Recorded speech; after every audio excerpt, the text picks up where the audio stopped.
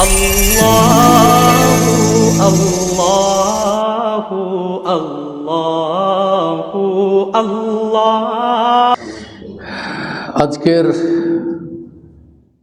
এই তালিমি বৈঠক বা দার্সের বিষয়বস্তু আগেই বলেছি জুমাতে, যে এখন মানুষদেরকে আখিরাতমুখী করার জন্য যে সমস্ত ত্রুটি আমাদের মধ্যে রয়েছে সেগুলো নিয়ে আলোচনা করবে ইনশাআল্লাহ রমজানের আগ পর্যন্ত। আজকে আমাদের এই দার্স, পরবর্তী দার্স যেটি হবে ভোটের পরের দিন 13 তারিখে ইনশাআল্লাহ তাআলা, সেদিনই সমাপ্ত করব এই তাফসির। রমজান পরে আল্লাহ যদি আপনাদেরকে বাঁচিয়ে রাখেন, আমি যদি বেঁচে থাকি, ইনশাআল্লাহ বাদ রমজান যথাসময়ে শুরু করব ইনশাআল্লাহ তাআলা।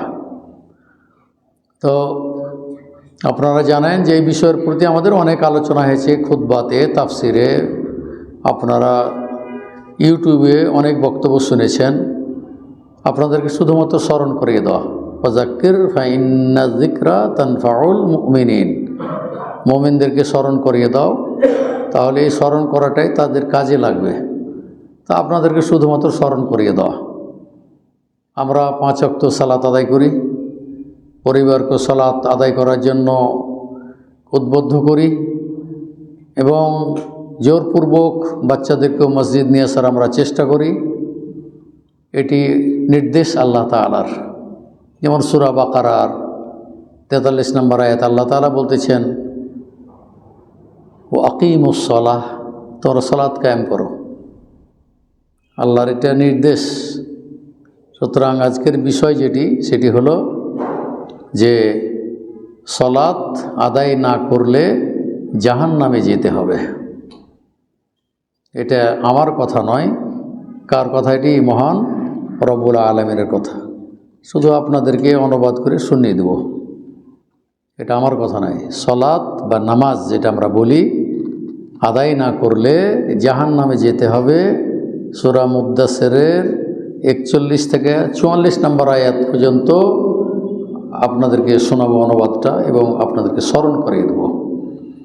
আমি যে আয়াতটি পাঠ করেছি সেটি হলো যে ও আকিমুস সালাত, তোমরা সালাত কায়েম করো। সালাত কিন্তু পড়তে বলে না যে তোমরা সালাত বা নামাজ পড়ো, কায়েম করতে বলেছেন, প্রতিষ্ঠা করতে বলেছেন। এর মধ্যে পার্থক্য হলো কি? আরবিতে আছে যে ইকরাউস সালাত, তোমরা সালাত পড়ো বা নামাজ পড়ো, এ কথা না বলে আল্লাহ তাআলা বলছেন আকিমুস সালাহ, তোমরা সালাত প্রতিষ্ঠা করো। এর মানে হলো যে পড়া মানে শুধুমাত্র মুখে উচ্চারণ করা, আর ইকামত শব্দের অর্থ হলো যে কেরাতের সাথে সাথে রুকু করা, সিজদা করা, মানে যত রকমের পদ্ধতি, এগুলোর নাম হলো কিয়াম, এগুলোর নাম হলো ইকামুস সালাহ। এই জন্য এখানে শুধু মুখে পড়া নয়, এটা কার্যে পরিণত করা। রুকু গেলে কী করতে হবে? মাজা বাঁকা করে হাঁটু ধরতে হবে, সিজদা গেলে মাটিতে মাথা রাখতে হবে, তারপরে দোয়া পড়তে হবে, আবার উঠতে হবে। এইভাবে আপনার সালাত হলে ইকামুস সালাত, সালাত প্রতিষ্ঠা করার অর্থ হলো এটাই। এই জন্য তোমরা নামাজ পড়ো, এ কথাটি আমাদের প্রচলিত এটা কথা। কিন্তু আল্লাহ তাআলা বলছেন আকিমুস সালাহ, তোমরা সালাত কায়েম করো, ওয়াতুজ যাকাত, এবং যাকাত দাও, যাকাত বের করো, এবং রুকুকারীর সাথে রুকু করো। তার মানে সালাতে জামাত আদায় করো। ইমাম যেভাবে সালাত আদায় করবে ঠিক তোমরা সেইভাবে সালাত আদায় করো। যেমন বুখারীর হাদিস, আল্লাহ রাসূল বলছে সল্লু কামা রাআইতুমুনি উসাল্লি, আমাকে তোমরা যেভাবে সালাত আদায় করতে দেখছো ঠিক সেইভাবে তোমরা সালাত আদায় করো। তা আল্লাহ রাসূলকে তো আমরা সালাত আদায় করতে দেখি নাই, তবে দেখেছি কি যে তার আমল তিনি যেটা বর্ণনা করে গেছেন, কিভাবে তিনি সালাত আদায় করেছেন, ঠিক সেইভাবেই আমাদেরকে সালাত আদায় করতে হবে। এটার অর্থ হলো এটাই যে সল্লু কামা রাআইতুমুনি উসাল্লি, আমাকে যেভাবে সালাত আদায় করতে দেখছো ঠিক সেইভাবে তোমরা সালাত আদায় করো। এখন দেখা যায় যে এর বাইরেও কিছু অতিরিক্ত মানুষ যা না জানার কারণে হতে পারে যে সালাত আদায় করে, আল্লাহ রাসূল পদ্ধতিতে হয় না। যেমন মাগরিবের আমরা সালাত আদায় করলাম, মাগরিবের সালাত আদায় করলাম, এরপরে 2 রাকাত সুন্নাত আছে, এর বেশি নাই। কয় রাকাত? 2 রাকাত সুন্নাত আছে। যেমন আল্লাহ রাসূল বলছেন মান সাল্লা সিনতাই আশারাতা, হ্যাঁ, ফিলিয়াউমে ওয়াল্লাইলাতে, দিনে রাত্রে যে ব্যক্তি 12 রাকাত সুন্নাত সালাত আদায় করবে, আল্লাহ তাআলা তার উপরে কি জাহান্নাম হারাম করে দেবেন, জান্নাতে একটা ঘর নির্মাণ করবেন। তো এই সে 12 রাকাত, কোন 12 রাকাত এটাও বলা হয়েছে, জোহর কয় রাকাত? 6 রাকাত, পূর্বে 4 পরে 2, মোট 6। মাগরিবের পরে কয়? 2। এশার পরে কয়? 2। আর ফজরের পূর্বে 2, মোট কত হলো? 12 রাকাত হলো। এর বাইরে অনেক ভাইকে দেখা যায় মাগরিবের সুন্নাত সালাত আদায় করে, পর আবার বসে বসে 2 রাকাত সালাত আদায় করে। এটা কিন্তু কোথাও পাবেন না, কোনো হাদিসও নেই। হ্যাঁ, শুধুমাত্র এটা আছে যে এশার সালাতের পরে, এই যে বেতুর সালাতের পরে 2 রাকাত সালাত বসে পড়ার হাদিস আছে, সহিহ হাদিস। কেউ যদি মনে করে যে এশার পরে, এই বেতুরের পরে 2 রাকাত সালাত আদায় করলে বসে 2 রাকাত সালাত আদায় করবেন, এটা হাদিসে এসেছে। তো যেগুলো এসেছে, যেমন আসরের পূর্বে কোনো সুন্নাত নেই, কিন্তু আল্লাহ রাসূল বলছেন যে মানসাল্লাহ, হ্যাঁ, যে ব্যক্তি কি করেছে, যে আসরের পূর্বে 4 রাকাত সাদা আদায় করবে, আল্লাহ তাআলা তার উপরে জাহান্নাম হারাম করে দেবেন। তো এগুলো হাদিসের বর্ণনা, তো ওখানে এটা ফজিলত, এটা পড়ার হাদিসে এসেছে। তারপরে জোহরের পূর্বে 2, পরেও 2 পড়া যায়, এটাও সহিহ হাদিসে এসেছে, তো যা হোক, আমার যেটা বক্তব্য সেটা হলো যে আপনার আমল, আপনার সালাত আল্লাহ রসুলের পদ্ধতিতে হইতে হবে, যেভাবে তিনি পড়েছেন আপনাকে ঠিক সেইভাবেই পড়তে হবে। তো এভাবে একাধিক সূরা মুজাদালাতে আছে, সূরা মুজাম্মিলে আছে, তারপরে সূরা বাকারাতে আছে, এইভাবে অসংখ্য জায়গাতে আল্লাহ তাআলা বলছেন ওয়াকিমুস সালাত, তোমরা সালাত কায়েম করো, নামাজ পড়ো। নামাজের মতো ইবাদত আর নেই। ইবাদত এমনই, সালাত একটা ইবাদত, যে ইবাদত না করলে জাহান্নামে যেতে হবে। যেমন মুদ্দাসসির আয়াত, মা সালাকাকুম ফি সাকার ক্বালু লাম নাকু মিনাল মুসাল্লিন, যে তোমাকে জাহান্নামে কেন নিক্ষেপ করা হয়েছে, উত্তর আসবে যে আমি সালাত আদায়কারীদের অন্তর্ভুক্ত ছিলাম না, তার মানে আমি সালাত আদায় করতাম না। তাহলে সালাত আদায় না করলে জাহান্নামে যেতে হবে, এইটা হলো কোরআনের আয়াত। দেখুন মুদ্দাসসির আয়াতগুলি বের করুন, 41-44 আয়াত পর্যন্ত বর্ণনাগুলো এসেছে। তো তাহলে সালাত আপনাকে পড়তে হবে, আপনার স্ত্রীকে পড়তে হবে, আপনার বাচ্চাদেরকে পড়তে হবে, সন্তানদেরকে পড়াইতে হবে। দেখুন এই যে ছোটো ছোটো বাচ্চা, যে 7 বছর বাচ্চাগুলো, এর ব্যাপারে অর্ডার এসেছে। তবে একবারে দুধ খাইয়ে বাচ্চা এখানে আনা যাবে না, যারা মসজিদে পেশাব করে দেয়, পায়খানা করে দেয়, এগুলোকে আনা যাবে না। একটা বয়সের একটা আছে, আল্লাহ রাসূলের নির্দেশ অনুযায়ী 7 বছর ওই সময়তে বাচ্চাদেরকে নিয়ে আসতে হবে। যেমন আল্লাহ রাসূল বলছেন মুরু আওলাদাকুম বিসসালাহ ওয়া হুম আবনাউ সাবঈ সিনিন, তোমার সন্তানদেরকে যখন তার 7 বছর বয়স হবে তখন সালাতের অর্ডার করো, নির্দেশ। ওয়াজরিবুহুম আলাইহা ওয়া হুম আবনাউ 10 সিনিন, আর যখন বাচ্চার বয়স 10 বছর হবে তখন তাকে জোর করে মসজিদে নিয়ে আসতে হবে, মেরে পিঠে নিয়ে আসতে হবে। তার মানে যদি বড় হয়ে সালাত কী করে, বড় হয়ে তখন সালাতের প্রতি আর গুরুত্ব থাকবে না। ট্রেনিং স্বরূপ আল্লাহ রাসূল 7 বছর বয়স বাচ্চাদেরকে নিয়ে আসতেন, অর্ডার দিয়েছেন 10 বছরকে জোর করে নিয়ে আসতে হবে। কারণ যদি ট্রেনিং এখন থেকে না দেন তাহলে ঘাড় বাঁকাহি থেকে যাবে, আর মসজিদ দিক মুখে হবে না। আর যারা বড় হয়ে সালাত শুরু করেছেন, হয়তো বহুদিন সালাত আদায় করেন নাই, তাহলে এই সালাত কি, যে 5 বছর ধরে আপনার 15 বছর বয়সে সালাত ফরজ হয়েছে, তা আপনি 20 বছরে সালাত আরম্ভ করলেন, তাহলে 5 বছর সালাত আদায় করেননি আপনি, তাহলে এই 5 বছরের সালাতের কি হবে? এটা একটি প্রশ্ন কি না? 5 বছর সালাত যে আদায় করতে কি হবে, শরীয়তে কি বলে, এটা জানার বিষয়। শরীয়ত হচ্ছে এই যে লা ইউকাল্লিফুল্লাহু নাফসান ইল্লা উসআহা, বলছে মানুষের সাধ্যের অতিরিক্ত জিনিস আল্লাহ তাআলা কি চাপিয়ে দেন নাই।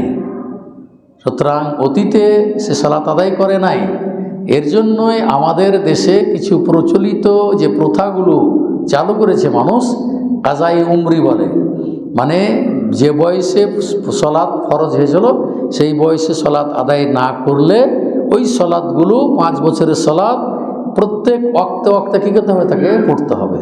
আল্লাহ তাআলা এইভাবে মানুষদের উপর বোঝা চাপিয়ে দেন নাই, শক্তির বাইরে। অতএব কী করতে হবে তাহলে? আল্লাহর কাছে তওবা করতে হবে, ক্ষমা চাইতে হবে যে আল্লাহ আমার পর সলাৎ ফরজ হয়েছিল 15 বছর বয়সে, কিন্তু আমি শুরু করেছি 20 বছরে, আল্লাহ তুমি আমাকে ক্ষমা করে দাও। এইভাবে আল্লাহর কাছে কান্নাকাটি করতে হবে, ক্ষমা চাইতে হবে। এবং কাঁদলে ওই ব্যক্তি জাহান্নামে যাবে না। লাইয়ালিজান নারা মান বাকা মিন খাসিয়াতিল্লাহ, বলছে যে আল্লাহর ভয়ে ক্রন্দন করে সে জাহান্নামে কখনোই যাবে না। লান শব্দ এসেছে যে কখনো কি সে জাহান্নামে যাবে না। তাহলে সালাত এমনই একটা ইবাদত যে ইবাদত না করলে জাহান্নামে যেতে হবে। এবং সালাত আদায় করলে অশ্লীল এবং অসৎ কাজ হইতে এই সালাতে বিরত রাখবে আপনাকে। যে কোনো সময়তে আল্লাহ তাআলা আপনার ভিতরে এমন একটা ভয় ভীতি ঢুকিয়ে দেবে সালাত আদায় করার মাধ্যমে, তখন জীবনে সে কি সালাত পরিত্যাগ করবে না। বাইনাল আবদি ওয়াল কুফরে তারকুস সালাত, বুখারীর হাদিস, মুসলিমে বর্ণিত হয়েছে যে মুসলমান বান্দা এবং কাফের বান্দার মধ্যে সালাত কি করা, আদায় করার, সালাত পরিত্যাগ করা। পরিত্যাগ করলে কাফের পরিণত হয়ে যাবে, সালাত আদায় করলে মুমিন থাকবে। এটা আল্লাহ রাসূলের হাদিস। এবং আল্লাহ তাআলা বলতেছেন জাহান্নামে যাবে। তাহলে সালাতের গুরুত্ব আছে না নাই? অবশ্যই আছে। ওই যে ঠান্ডা যে আবহাওয়া রাজশাহীতে 7 মাত্রায় তাপমাত্রা চলে এসেছিল, নিম্নে চলে এসেছিল, আপনারা দেখলেন সে শীত। ইতিপূর্বে এরকম ধরনের তাপমাত্রা রাজশাহীতে ছিল না, প্রচণ্ড ঠান্ডা। তারপরও কিছু মুসল্লি আছে, তারা কি করেছেন, মসজিদে এসে সালাত আদায় করেছেন। আজান দিয়েছে গিয়ে, এখানে তো মুয়াজ্জিন থাকে, কিন্তু অন্য অন্য জায়গাতে বাড়ি থেকে মুয়াজ্জিন যে আজান দেয়, কত ঠান্ডা, সালাত আদায় করতে যায়। তাহলে তার ভিতরে আল্লাহ ভীতি আছে, ভয় আছে, বিধায় সে কী করছে, সালাতকে গুরুত্ব দিয়েছে। আর সালাতকে গুরুত্ব না দিলে সে কি কিয়ামতের দিন পাকড়াও করবে আল্লাহ তাআলা তাকে। এই জন্য কিছু মানুষ আছে, আল্লাহ দিনদার মানুষ, পরেজগার মানুষ, আল্লাহকে ভয় করে, 5 ওয়াক্ত সালাত কী করে, মসজিদে এসে আদায় করার চেষ্টা করে। হ্যাঁ, যদি কারো ওযুর থাকে সেটা হলো ভিন্ন কথা, সেটা ভিন্ন কথা। উজু না করতে পারলে, অসুখ বৃদ্ধি আশঙ্কা থাকলে তায়াম্মুম করে কী করবে, উজু করতে হবে, সালাত আদায় করতে হবে তায়াম্মুম করে। তায়াম্মের পদ্ধতি আপনাদের বলেছি একদিন, যে বিসমিল্লাহ বলে মাটিতে হাত মারবেন, দিয়ে ফোঁ দিবেন, দিয়ে মুখমণ্ডলে মাসা করবেন, তারপরে এই ডান হাতের এই বাম হাতে এইভাবেই করবেন, মাসা করবেন। এগুলো আপনার উজু। নাপাক থাকলে আপনাকে পাক আল্লাহ তাআলা ঘোষণা করে এ পবিত্র হয়ে গেল। নাপাক ও স্বপ্নদোষ হোক বা স্ত্রীর সাথে মিলেমিশার কারণে হোক, যেইভাবে অপবিত্র হয়ে থাকলে যদি গোসল করলে অসুখ বৃদ্ধি যদি ভয় থাকে, তাহলে কি করতে হবে, হাত মেরে তায়াম্মুম করে। আর তায়াম্মুম করে উজুর মতো নয় কিন্তু তায়াম্মুম, এই যে করলেন, তারপরে এভাবে হাত করলেন, এইভাবে করলেন, এগুলোর পদ্ধতি না। তাই হাদিস হলো বুখারীর, তায়াম্মুম জারবাতুল লিল ওয়াজহি ওয়াল কাফাইন, একবার মেরে হাতে, মুখে এবং হাতে কী করতে, মাসা করতে, এগুলো তায়াম্মুম হয়ে গেল। তাহলে কত সহজ করেছে আল্লাহ তাআলা। এই সহজ জিনিস বাদ দিয়ে আমরা বাইরে, হাদিসের বাইরে গিয়ে কঠিন জিনিস আমরা করছি কেন? ওই যে বুখারীর হাদিস এটি। তো আপনারা জানেন যে সালাতের ব্যাপারে কেন এত গুরুত্ব। আল্লাহ বলছেন আউয়ালু মা ইউহাসাবু বিহিল আবদু ইয়াউমাল কিয়ামাহ সালাত, বান্দার সর্বপ্রথম যে হিসাবটা না হবে সেটা কিসের, সালাতের। আপনি সালাত আদায় করেছেন কিনা, এটা ধরবে আপনাকে আল্লাহ তাআলা কিয়ামতের দিন। তাহলে এটি হলো সিলসিলা সহিহ হাদিস 1358 নম্বর হাদিস। তারপরে ধরেন এই যে আমরা 5 ওয়াক্ত সালাত আদায় করি, যতগুলো গুনাহ সংগঠিত হবে, ছোট ছোট পাপ, as-salawatul khams, 5 ওয়াক্ত সালাত, ওয়াল জুমআত ইলা জুমআ, এক জুমা থেকে আরেক জুমা, ও রমাজান ইলা রমাজান, এক রমজান থেকে আরেক রমজান। এই 5 ওয়াক্ত সালাতের মধ্যে যে সমস্ত পাপগুলি সংঘটিত হবে, বলছে মুকাফফিরাতুন লিমা বাইনাহুন্না, এর মাঝে এই 5 ওয়াক্ত সালাতের মাঝে, জুমার মাঝে, রমজানের মাঝে যে পাপগুলো হয়েছে আল্লাহ তাআলা কী করবেন, মিটিয়ে দিবেন। কখন, ইদা উজিতু নিবাতিল কাবায়ের, যখন পাপ, বড় পাপ কাজ থেকে আপনি যখন বেঁচে থাকবেন, তখন যখন বড় পাপ কাজ থেকে, কাবিরা গুনাহ থেকে যখন আপনি বেঁচে থাকবেন, তখন আল্লাহ তাআলা আপনাকে সবসময় নিষ্পাপ করে রাখবেন, সবসময় পাক মুক্ত হয়ে থাকবেন, পবিত্র হয়ে থাকবেন। আল্লাহ তাআলা আপনাকে একবারে পরিচ্ছন্ন করে রাখবেন। এটা মুসলিমের হাদিস 233 নম্বর হাদিস, মিসকাতের হাদিস 564 নম্বর হাদিস। অনেক উদাহরণ রয়েছে, এগুলোর অনেক ফজিলত রয়েছে। যেমন আল্লাহ রসুল সাল্লাল্লাহু আলাইহি সাল্লাম বলছেন যে লা ইয়ালিজান নার আহাদুন, বলছে ওই ব্যক্তি জাহান্নামে কখনো যাবে না সাল্লা কাবলা তুলুই শামসি ওয়া কাবলা গুরুবিয়া, যে আসর এবং ফজরের সালাত যে কী করে আদায় করে সে ব্যক্তি জাহান্নামে যায়। এইটা একটা ফজিলত। তার মানে 2 ওয়াক্ত পড়বেন আর বাকি 3 ওয়াক্ত পড়বেন না, ওই জাহান্নামে যেতে হবে। এটা হলো কি একটা বাড়তি একটা ফজিলত, এটি যে জাহান্নাম তাকে স্পর্শ করবে না। কোনো পাপের কারণে হয়তো জাহান্নামে যেতে হবে, কিন্তু এই 2 ওয়াক্ত সালাতের গুরুত্ব বোঝানো হয়েছে যে কখনোই সে জাহান্নামে যাবে না। মুসলিমের 634 নম্বর হাদিস, মিসকাতের 624 নম্বর হাদিস। এরপরে আরেকটা হাদিস এসেছে যে মান সাল্লাল বারদাইন দাখালাল জান্নাহ, যে ব্যক্তি 2 ঠান্ডা ওয়াক্তের সালাত আদায় করবে, তার মানে কি জোহর, দিনের ঠান্ডা ওয়াক্ত হলো আসর, আর রাতের ঠান্ডা ওয়াক্ত হলো কি ফজর। এই 2 ওয়াক্ত সালাত যে ব্যক্তি পড়বে দাখালাল জান্নাহ, সে কি যাবে? জান্নাতে যাবে। এটি বুখারীর হাদিস 574 নম্বর হাদিস, আর মিসকাতের হাদিস নাম্বার হচ্ছে 625 নম্বর হাদিস। তো আমরা যারা 5 ওয়াক্ত সালাত আদায় করি, বিশেষ করে জামাতে এশা এবং ফজর সালাত যারা পড়ে, আল্লাহ রাসূল বলছেন মান সাল্লাল ইশা, যে ব্যক্তি এশার সালাত জামাতে পড়ল, ফি জামাআতিন শব্দ এসেছে, ফাকাআন্নামা কামা নিসফাল লাইল, সে কিন্তু ইবাদত করে নাই, শুধুমাত্র ফরজ সালাত নফল যেগুলো আছে সুন্নাত বেতুর পড়ে শুয়ে গেল। তো আল্লাহ রাসূল বলছেন কাআন্নামা কামা নিসফাল লাইল, সে অর্ধেক রাত্রি সে ইবাদত করলো। মানে অর্ধেক রাত্রি যে আপনারা নফল সালাত বা আরও কিছু করেন, সেগুলো সে নেকি পেল, না পড়ি নেকি পেল, কারণ এই জামাতে শরীক হওয়ার কারণে।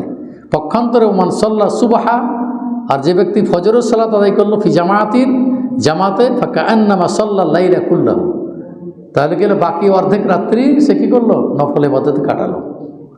তাহলে এগুলো ফজিলত আছে কি না? অনেক ফজিলত আছে। মুসলিমের হাদিস 656 নম্বর হাদিস, মিসকাতের হাদিস নাম্বার যে 630 নম্বর হাদিস। এরপরে আপনাদের সর্বশেষ 2টি হাদিস বলে শেষ করবো আর কি আজকের এই বক্তব্য। সেটি হচ্ছে আল্লাহ রাসূল বলছেন যে ইন্নাল মুসলিমা ইসল্লি খা, বলছে যে মুসলমান সালাত আদায় করে, ও খাতায়াহু মারফুআতুন আলা রাসিহি, আর যত সে পাপ করেছিল সে পাপগুলো সে মাথাতে করে নিয়ে এসেছে, মাথাতে করে নিয়ে এসে কী করছে? সালাত আদায় করতেছে।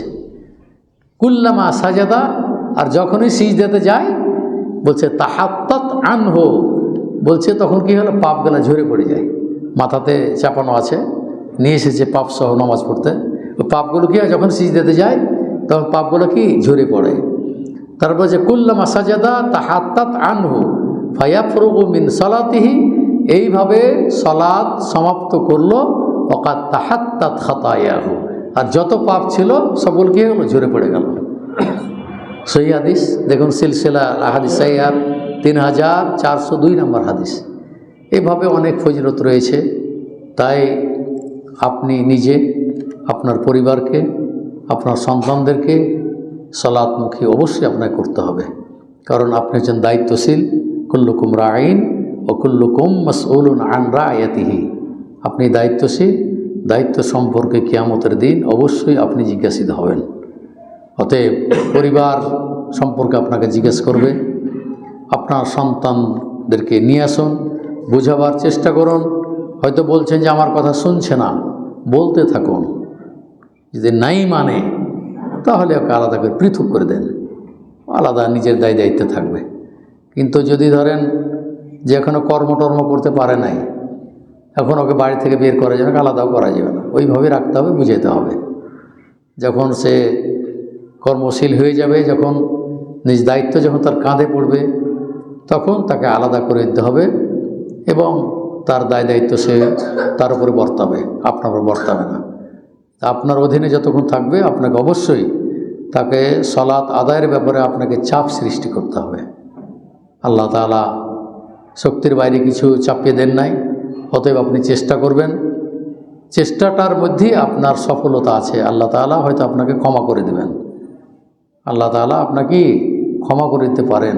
সেই মহান রব্বুল আলামিন, তিনি গাফফার, তিনি গাফুর, তিনি রহমান, তিনি রাহিম। তাই আসুন আমরা দাস থেকে যে হাদিস কটি শুনলাম, আমরা আমাদের জীবনে, আমাদের পারিবারিক জীবনে, সামাজিক জীবনে আমরা বাস্তবায়ন করার চেষ্টা করি।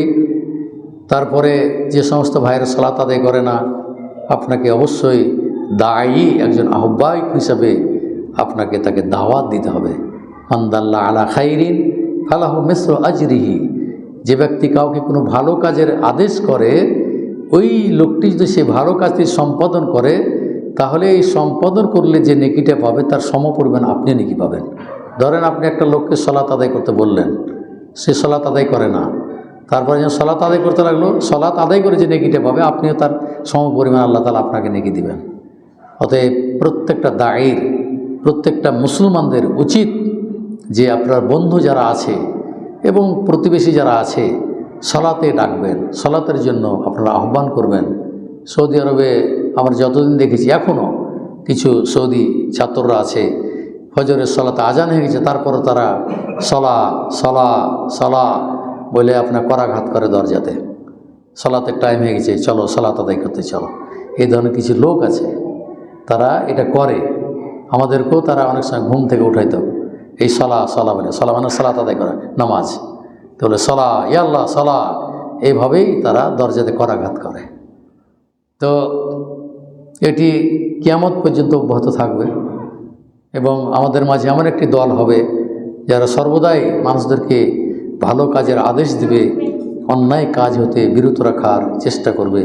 আল্লাহ যেন আমাদেরকে ভালো কাজগুলি করার জন্য তৌফিক দান করেন, অন্যায় কাজ থেকে যে আল্লাহ তাআলা আমাদেরকে যেন বিরত রাখেন।